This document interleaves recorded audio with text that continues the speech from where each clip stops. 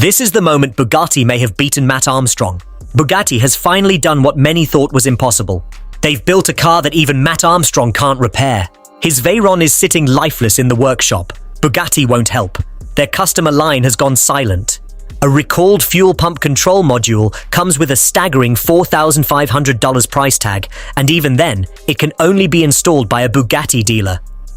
But while Matt was running out of options, something extraordinary was happening over 200 miles away, in a workshop that doesn't even repair cars. Hours ago, Rimac unveiled the most exclusive, most expensive, and most technically ambitious Bugatti ever created.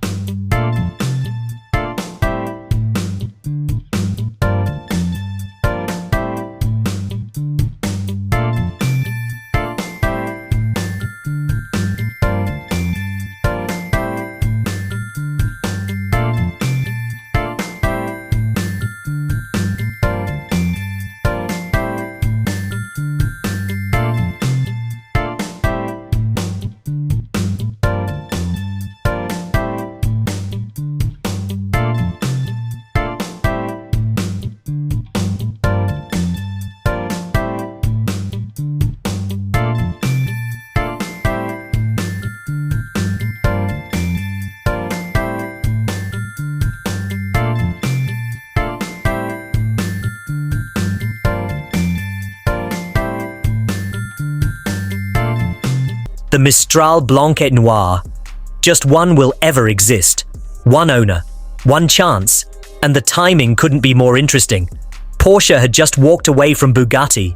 Matt Armstrong had just exposed Audi A3 airbags inside a multi-million-pound hypercar, uncovered a 3 fuse that fixed a gearbox fault Bugatti wanted thousands to repair, and sparked a wave of questions about how much of a modern Bugatti is truly bespoke.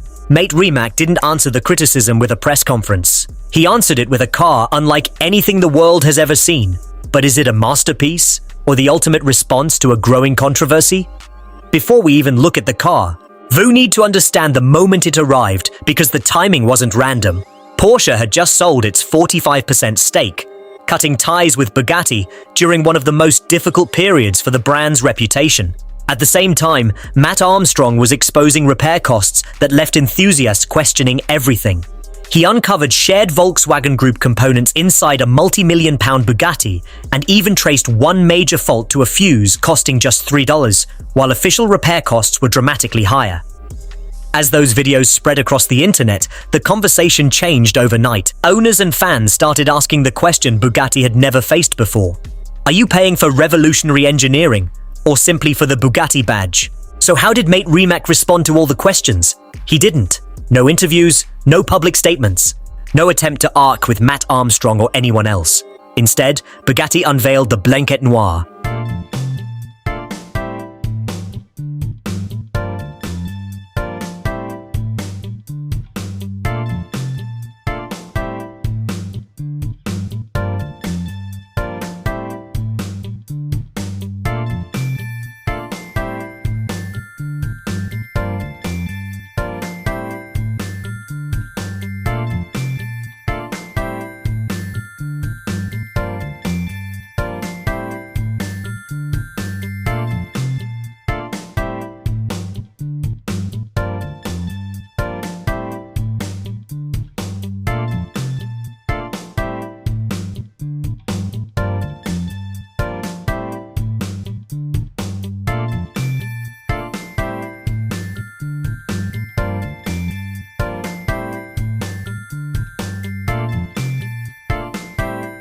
A hand-finished, one-of-one masterpiece that makes its statement without saying a single word. Whether you see that as confidence or calculated strategy, it may well be both. Porsche's departure marked far more than a change in ownership. It closed a chapter that began when Ferdinand Piëch revived Bugatti in 1998 under the Volkswagen Group.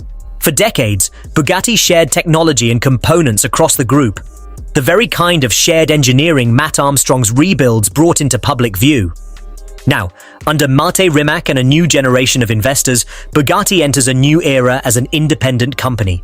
And the Blanc Éternel feels like the first real declaration of that independence. A car designed to showcase craftsmanship, exclusivity, and individuality at the highest level. Now here's where the story becomes extraordinary. Because Matt Armstrong has rebuilt some of the world's most complicated cars, but nothing remotely like this. Beneath the body sits Bugatti's iconic 8.0-liter quad-turbo W16, delivering 1,578 horsepower, 1,600 PS in Europe, a blistering 0 to 62 time of just 2.4 seconds, and a top speed electronically limited to 273 miles an hour. More importantly, this is the final production Bugatti ever to use the legendary W16 engine. Once it's gone, an entire era ends. Yet the powertrain isn't what makes this car truly unique. That distinction belonged us to an unexpected partner, KPM Berlin's Royal Porcelain Manufactory. Established in 1763 by Frederick the Great, KPM has spent centuries producing handcrafted porcelain for royalty and collectors, not the automotive world. There are no shared production parts here, no ordinary supplier, just centuries-old craftsmanship meeting one of the world's most exclusive hypercars. This is where the Blanc Éternel truly becomes unlike anything else on the road. The name means eternal white, but this isn't simply a white paint finish. The body is transformed into a porcelain-inspired canvas, with every black accent painted entirely by hand.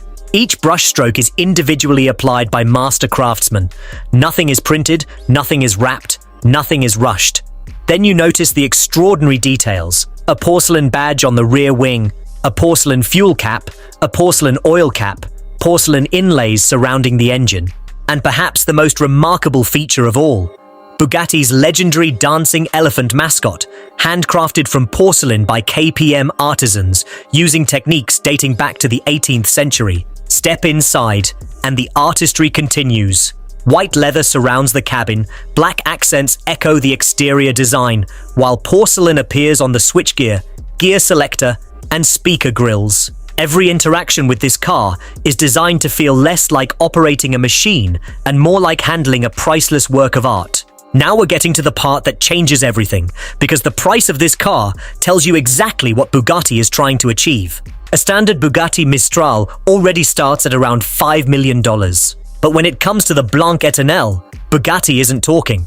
KPM isn't talking. Even the owner has remained completely anonymous. That silence has only fueled speculation, with experts estimating this one-off creation could be worth anywhere from $8 to $15 million, or even more. And once you understand why, the entire story starts to make sense. Because this isn't being valued like a hypercar, it's being valued like a once-in-a-generation work of art. There is only one. There will never be another. That changes the rules completely. Nobody compares an original masterpiece to a cheaper copy simply because the canvas or paint costs less. Its value comes from rarity, history, and the hands that created it. And that's exactly the category Bugatti wants this car to live in. That's also why this reveal feels so strategic. For months, Matt Armstrong's rebuilds changed the conversation around Bugatti ownership. He showed that some expensive repairs could be traced back to inexpensive components. He highlighted shared Volkswagen Group parts that surprised viewers. Those discoveries sparked a wider debate about value. But here's the question Bugatti appears to be asking in return. What happens when the most valuable parts of the car aren't mechanical at all? That's where the Blanc Éternel becomes almost impossible to compare with anything else. You can search every Volkswagen Group catalogue on the planet, and you'll never find a handcrafted porcelain dancing elephant created by KPM. You'll never find hand-painted exterior artwork produced brushstroke by brushstroke.